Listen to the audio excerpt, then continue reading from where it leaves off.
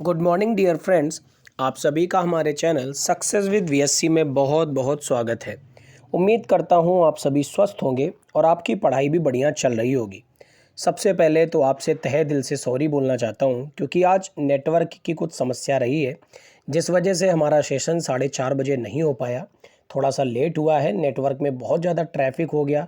आप जानते ही हैं त्यौहार का समय चल रहा है और बहुत ज़्यादा नेटवर्क बिजी चल रहा है। तो चलिए शुरू करेंगे अब करंट अफेयर को। आज है 25 अक्टूबर 2022। आज की क्या है इंपॉर्टेंट करंट अफेयर और आज क्या है स्टैटिक जीके में खास, ये जानने से पहले हम ये जान लें कि अगर किसी को भी वीडियो से रिलेटेड कंटेंट का पीडीएफ चाहिए हो, वीडियो के डिस्क्रिप्शन में टेलीग्राम का लिंक दिया गया है, वहाँ से जाकर के आप पीडीएफ को ले सकते हैं। शुरू करेंगे आज की करंट अफेयर के साथ। आज की क्या है पहली इंपॉर्टेंट करंट अफेयर, तो आपकी स्क्रीन पर पहली करंट अफेयर आपको दिख रही है कि मनाया जाता है 23 अक्टूबर को हर वर्ष राष्ट्रीय आयुर्वेद दिवस। तो धन्वंतरी जयंती के रूप में, जिसे हम धनतेरस बोलते हैं, राष्ट्रीय आयुर्वेद दिवस मनाया जाता है और इस वर्ष 2022 में 23 अक्टूबर को मनाया जाता है। यानी कि हर वर्ष कोई डिसाइड नहीं है कि ये इसी डेट को होगा, जिस दिन भी धनतेरस होती है उसी दिन इसे मनाया जाता है। तो राष्ट्रीय आयुर्वेद दिवस इस वर्ष 23 अक्टूबर को मनाया गया है। यह दिन आयुर्वेद के स्वास्थ्य लाभों के बारे में जागरूकता लाने और आयुर्वेदिक जीवन को बढ़ावा देने के उद्देश्य से मनाया जाता है।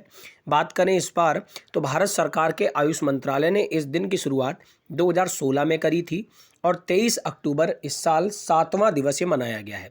यानी 7वीं बार राष्ट्रीय आयुर्वेद दिवस को इस साल मनाया गया है। आपको कमेंट कॉलम में बताना है वर्तमान में भारतीय केंद्रीय मंत्रियों में आयुष मिनिस्टर के पद पर कौन है। राष्ट्रीय आयुर्वेद दिवस 2022 का जो मुख्य विषय रहा है, ये रहा है हर दिन हर घर आयुर्वेद।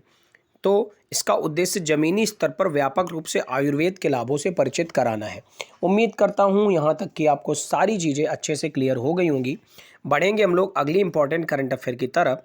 अगली न्यूज़ है FATF से, यानी फाइनेंशियल एक्शन टास्क फोर्स, यानी वित्तीय कार्यवाही कार्य बल।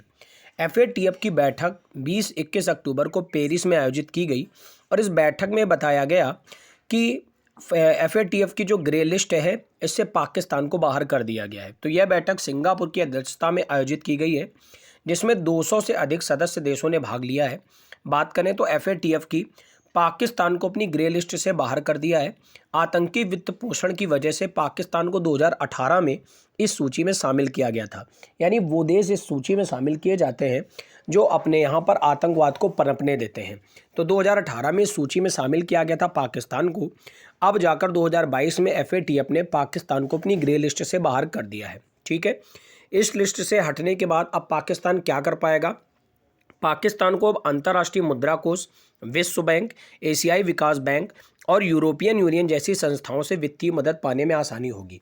यानी कि FATF की ग्रे लिस्ट में जो भी डाल दिया जाता है, उसको IMF, एशियाई विकास बैंक, यूरोपियन यूनियन और वर्ल्ड बैंक जैसी संस्थाओं से वित्तीय मदद मिलनी बंद हो जाती है। तो अब जब ग्रे लिस्ट से बाहर हो गया है, तो ये सारे संगठन वित्तीय मदद करेंगे। FATF ने पहली बार म्यांमार को कार्यवाही के लिए उच्च जोखिम वाले क्षेत्राधिकारों में रखा है, यानी इसे FATF की काली सूची भी कहा जाता है। तो ग्रे लिस्ट से पाकिस्तान को बाहर कर दिया है, जबकि इसी की काली सूची है जिसमें म्यांमार देश को डाल दिया है। इस पॉइंट को याद रखिएगा।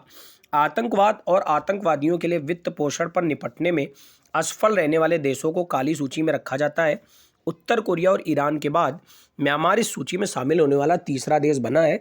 इस पॉइंट को याद रखिएगा। मेरा क्वेश्चन आप सभी से रहेगा कि वर्ल्ड बैंक, IMF और एशियन डेवलपमेंट बैंक, इसके अलावा यूरोपियन यूनियन, इन चारों संगठनों के मुख्यालय कहाँ पर हैं और इन चारों के चारों संगठनों के अध्यक्ष का क्या नाम है? आप कमेंट कॉलम में जरूर बताएंगे। ये न्यूज़ बहुत ज़्यादा इंपॉर्टेंट है। ठीक है, इसके अलावा आपको कमेंट कॉलम में ये भी बताना है कि FATF का मुख्यालय कहाँ पर पड़ता है। बढ़ेंगे फिलहाल अगली न्यूज़ की तरफ।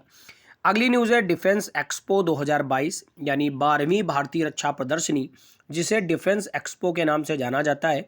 इसका आयोजन 19 से 22 अक्टूबर तक गुजरात के अहमदाबाद और गांधीनगर में किया गया। इस प्रदर्शनी का उद्घाटन माननीय नरेंद्र मोदी जी ने किया है और इस बार ये प्रदर्शनी गौरव पथ विषय पर आयोजित की गई है। इसका विषय बहुत ज़्यादा जरूरी है।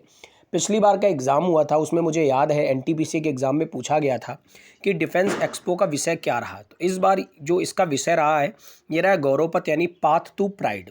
इस पॉइंट को याद रखिएगा। कुछ मुख्य बिंदु अगर जाने तो इस वर्ष के डिफेंस एक्सपो का फोकस अफ्रीका और आईओआर यानी इंडियन ओशियन रीजन के देशों को रक्षा निर्यात को बढ़ावा देना है। ठीक है, इस प्रदर्शनी में रक्षा मंत्रालय के रक्षा उत्पाद विभाग के भारतीय मंडप में स्वदेशी रक्षा उत्पाद, स्टार्टअप, रक्षा में आर्टिफिशियल इंटेलिजेंस सहित नवीनतम तकनीकी का प्रदर्शन किया गया। याद रखिएगा, बहुत इंपॉर्टेंट पॉइंट है। और सबसे इंपॉर्टेंट पॉइंट ये है, यह देश का ऐसा पहला डिफेंस एक्सपो था जिसमें केवल भारतीय कंपनियों ने ही हिस्सा लिया है। ये बहुत ज़्यादा इंपॉर्टेंट पॉइंट है। तो जब कोई भी पॉइंट पहली बार भारत में होता है तो वो हमारे एग्जाम के लिए बहुत ज़्यादा ज़रूरी होता है, ये आप जानते ही हैं। मेरा क्वेश्चन आपसे रहेगा कि आपको पता ही है भारत और अमेरिका के बीच अभी 1-2 क्लास पहले ही मैंने आपको पढ़ाया था, शायद कल की क्लास में पढ़ाया था कि भारत और अमेरिका के बीच कोई एक युद्धाभ्यास आयोजित हुआ। आप कौन सा युद्धाभ्यास था कमेंट कॉलम में बताएंगे।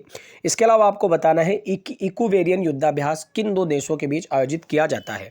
इसके अलावा नोमैडिक एलिफेंट युद्धाभ्यास किन 2 देशों के बीच आयोजित होता है। और आपको ये भी बताना है कि इस वर्ष भारत में चीते लाए गए थे, किस एक देश से लाए गए थे, आपको बताना है। हाँ, हिंट दे दें आपको, माननीय नरेंद्र मोदी जी के जन्मदिन वाले दिन इन चीतों को लाया गया था। बढ़ते हैं आगे अगली न्यूज़ की तरफ। अगली न्यूज़ है हमारे इसरो से यानी इंडियन स्पेस रिसर्च ऑर्गेनाइजेशन से। भारतीय अंतरिक्ष अनुसंधान संस्थान ने 23 अक्टूबर को LVM-3 प्रक्षेपण यान से 36 उपग्रहों का सफल प्रक्षेपण किया है। ये उपग्रह ब्रिटिश कंपनी वनवेव के थे, यानी ब्रिटिश कंपनी वनवेव के 36 उपग्रहों को लॉन्च किया है भारतीय अंतरिक्ष अनुसंधान संस्थान ने। आंध्र प्रदेश के श्रीहरिकोटा सतीश धवन अंतरिक्ष केंद्र से इन्हें प्रक्षेपित किया गया है, याद रखिएगा। बात करें वनवेव की तो वनवेव ब्रिटेन स्थित एक निजी उपग्रह संचार कंपनी है जिसमें भारत की भारतीय इंटरप्राइजेस एक प्रमुख निवेशक और शेयरधारक है। यानी वनवेव जो ब्रिटेन की एक उपग्रह संचार कंपनी है, इसमें भारत की भारतीय इंटरप्राइजेस एक शेयरधारक के रूप में स्थित है। तो वनवेव के 36 उपग्रहों के एक और सेट को जनवरी 2023 में कक्षा में प्रतिस्थापित करने की योजना है। उससे पहले वर्तमान में 36 उपग्रहों का सफल प्रक्षेपण किया गया है। LVM-3 की बात करें, क्या है इसका फुल फॉर्म, तो launch vehicle mark third Bharat का सबसे भारी रॉकेट है। यह geo synchronize satellite launch vehicle mark 3 यानी GSLV मार्क 3 नाम से भी जाना जाता है। इस मिशन में वनवेव के 5,796 किलोग्राम वजन के 36 उपग्रहों के साथ अंतरिक्ष में जाने वाला LVM-3 भारतीय पहला रॉकेट बना है। बहुत ही ज़्यादा इंपॉर्टेंट पॉइंट है। मेरा क्वेश्चन आपसे यहाँ पर रहेगा कि इसरो के वर्तमान अध्यक्ष कौन है। इसके अलावा DRDO के वर्तमान में अध्यक्ष कौन है। DRDO आप जानते ही हैं, डिफेंस रिसर्च डेवलपमेंट ऑर्गेनाइजेशन। चलो मेरा एक सवाल और रहेगा, आप ये बताइए कि DRDO डे भारत में कब मनाया जाता है। बढ़ते हैं फिलहाल अगली न्यूज़ की तरफ। अगली न्यूज़ मिशन लाइफ है। तो मिशन लाइफ क्या है, प्रधानमंत्री नरेंद्र मोदी जी ने पर्यावरण संरक्षण के लिए एक अनूठी पहल मिशन लाइफ का वैश्विक शुभारंभ किया है। श्री मोदी जी ने गुजरात में स्टैच्यू ऑफ यूनिटी में कार्यक्रम के दौरान इस पहल का शुभारंभ किया। क्या है फुल फॉर्म इसका, तो लाइफ स्टाइल फॉर एनवायरनमेंट इसका फुल फॉर्म है, याद रखिएगा, लाइफ स्टाइल फॉर एनवायरनमेंट। तो मिशन लाइफ पर्यावरण संरक्षण के लिए वैश्विक जन आंदोलन है और जीवन शैली में जो पर्यावरण है, जीवन शैली में बदलाव से जलवायु परिवर्तन के प्रभाव को कम किया जा सकता है। और इस मिशन लाइफ को अंतर्राष्ट्रीय समर्थन भी मिला है। फ्रांस के वर्तमान राष्ट्रपति इमैनुअल मैक्रोन सहित 10 राष्ट्राध्यक्षों ने मोदी जी की इस अनूठी पहल मिशन लाइफ का समर्थन भी किया है। इस पॉइंट को याद रखिएगा, बहुत ही ज़्यादा इंपॉर्टेंट पॉइंट है क्योंकि केंद्र सरकार द्वारा इस मिशन को लॉन्च किया गया है। स्टेट की कोई योजना या स्टेट का कोई मिशन होता है वो केवल हमें वन लाइन में पढ़ना ही जरूरी होता है, लेकिन अगर केंद्र सरकार कोई मिशन या कोई योजना को लॉन्च करती है तो उसके डीप में जाकर के एक एक चीज़ को पढ़ना होता है। तो याद रखिएगा कि मिशन लाइफ को पर्यावरण संरक्षण के लिए लॉन्च किया गया है और इसका फुल फॉर्म है लाइफ स्टाइल फॉर एनवायरनमेंट। उम्मीद करता हूँ यहाँ तक की सारी न्यूज़ आपको अच्छे से समझ में आ गई होगी।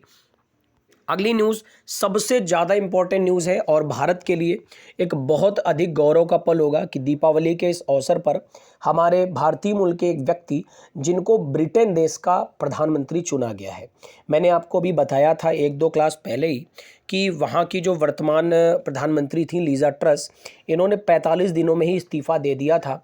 उसके बाद से लगातार ये प्रयास चल रहे थे कि ऋषि सुनक वहाँ के नए प्रधानमंत्री बनाए जाएंगे। तो फाइनली मुहर लग गई है, ऋषि सुनक ब्रिटेन के नए प्रधानमंत्री बन गए हैं और पहली बार ऐसा है कि भारतीय मूल के ऋषि सुनक ब्रिटेन के नए प्रधानमंत्री बने हैं। और लीज़ा ट्रस के इस्तीफा देने के बाद ये वहाँ के नए प्रधानमंत्री बने हैं। बहुत ज़्यादा इंपॉर्टेंट पॉइंट है, इस पॉइंट को याद रखिएगा। ब्रिटेन में चुनाव जो हुए हैं इसमें ऋषि सुनक को करीब 200 सांसदों का समर्थन मिला है और कंजर्वेटिव पार्टी के संसदीय दल ने ऋषि सुनक को अपना नेता चुना है। ब्रिटेन के नए प्रधानमंत्री पद की 28 अक्टूबर 2022 को ये शपथ लेंगे और 29 अक्टूबर 2022 को इनकी कैबिनेट का ऐलान किया जाएगा। ऋषि सुनक के बारे में अगर थोड़ा सा जान ले तो 42 वर्ष के हैं और इनकी जीत का सबसे बड़ा कारण है उनकी बैंकर की छवि। पीएम लीज़ा ट्रस के विफल रहने का सबसे बड़ा कारण आर्थिक मोर्चों पर विफल रहना है। ब्रिटेन में महंगाई चुनाव का अहम मुद्दा रहा है।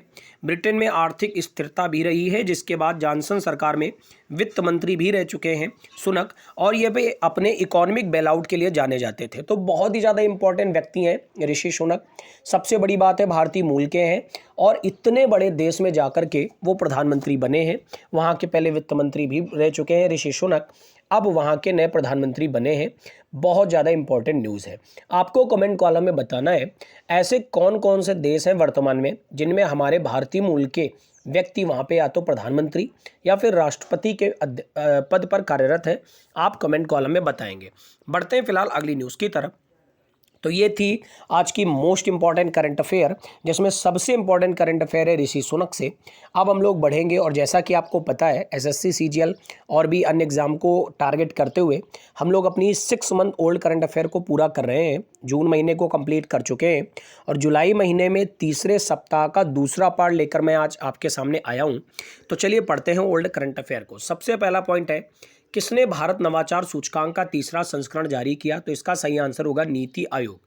भारत की 15वीं राष्ट्रपति कौन बनी? तो सही आंसर होगा द्रौपदी मुर्मू। आपको पता है देश की 15वीं राष्ट्रपति बनी थी। 14वें राष्ट्रपति रामनाथ कोविंद जी के कार्यकाल पूरा होने के बाद हमारे देश की 15वीं राष्ट्रपति बनी थी द्रौपदी मुर्मू। आपको कमेंट कॉलम में बताना है कि वर्तमान समय में जो उपराष्ट्रपति हैं जिनका नाम है जगदीप धनखड़, ये किस नंबर के हैं। अगला पॉइंट है, फोर्ब्स रियल टाइम अरबपतियों की सूची में गौतम अडानी ने किसे पीछे छोड़ा है? तो बिल गेट्स को पीछे छोड़ा है। नेक्स्ट पॉइंट है, संघाई सहयोग संगठन ने किसे अपने सदस्यों के रूप में नॉमिनेट किया है? तो ईरान को। स्मार्ट सिटी फंड के उपयोग में भारत का कौन सा राज्य शीर्ष स्थान पर रहा है? तो तमिलनाडु शीर्ष पर रहा है। मॉर्गन स्टैनले ने वर्ष 2023 में भारत की जीडीपी कितने प्रतिशत रहने का अनुमान लगाया है? तो 2% रहने का अनुमान लगाया है। मेरा क्वेश्चन रहेगा कि जेपी मॉर्गन एक कंपनी है अमेरिकन, जिसका कंट्री हेड भारत से किसे बनाया गया है? अभी 2-3 दिन पहले ही मैंने आपको पढ़ाया था। आप कमेंट कॉलम में बताएंगे। नेक्स्ट पॉइंट है, इंडिया इनोवेशन इंडेक्स 2021 में शीर्ष स्थान पर कर्नाटक, मणिपुर और चंडीगढ़ रहे थे। ईडी ने मनी लॉन्ड्रिंग जांच के तहत किस राज्य के पूर्व पुलिस कमिश्नर संजय पांडे को गिरफ्तार किया था? तो ये था मुंबई के थे संजय पांडे। ईडी क्या है? तो इन्फोर्समेंट डायरेक्टरेट। बीसीसीआई के एथिक्स ऑफिसर और लोकपाल के पद पर विनीत सरन साहब को नियुक्त किया गया था। फिर एक केंद्र सरकार में सीवर सेफ्टी टैंक की सफाई के लिए नमस्ते नाम की योजना को लॉन्च किया गया था। अंतर्राष्ट्रीय क्रिकेट में सबसे तेज 1000 रन बनाने वाले एशिया के बल्लेबाज बने थे बाबर आजम। उम्मीद करता हूँ यहाँ तक कि सारे पॉइंट आपको अच्छे से क्लियर होंगे। बढ़ते हैं इस वीडियो के सबसे इंटरेस्टिंग पार्ट की तरफ, जो कि स्टैटिक जीके है। और स्टैटिक जीके में आज मैंने कुछ स्थापना या संस्थापक लिए हैं। तो सबसे पहला पॉइंट है, कदम्ब वंश की स्थापना किसने की थी? तो मयूर शर्मन ने। गुर्जर प्रतिहार वंश का संस्थापक कौन था? तो नागभट्ट प्रथम। चोल वंश के संस्थापक कौन थे? तो विजयालय। पल्लव वंश के संस्थापक कौन थे? तो सिंह विष्णु।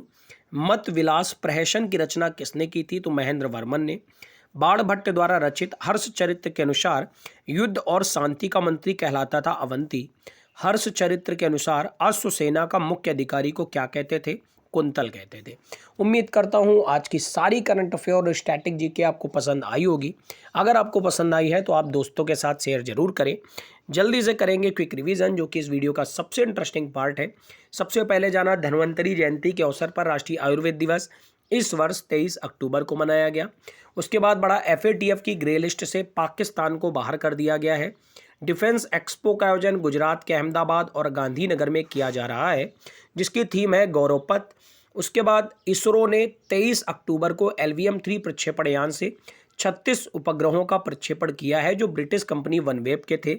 उसके बाद हम लोगों ने पढ़ा मिशन लाइफ पर्यावरण संरक्षण के लिए माननीय नरेंद्र मोदी जी द्वारा चलाया गया है, जिसका फुल फॉर्म है लाइफ स्टाइल फॉर एनवायरनमेंट। उसके बाद सबसे इंपॉर्टेंट न्यूज़ पढ़ी कि ऋषि सुनक भारतीय मूल के पहले ब्रिटेन में नए प्रधानमंत्री चुने गए। उसके बाद ओल्ड करंट अफेयर को किया और उसके बाद स्टैटिक जीके पोर्शन को किया। उम्मीद करता हूँ आज की सारी करंट अफेयर आपको अच्छे से समझ में आई होगी। आपको दिया गया सारा वर्क आप कमेंट कॉलम में बताएं। अगर आपको वीडियो अच्छा लगे तो आप दोस्तों के साथ शेयर करें, लाइक करें, कमेंट्स करें और सब्सक्राइब करें। आपका दिन मंगलमय हो। Thank you everyone. God bless you all.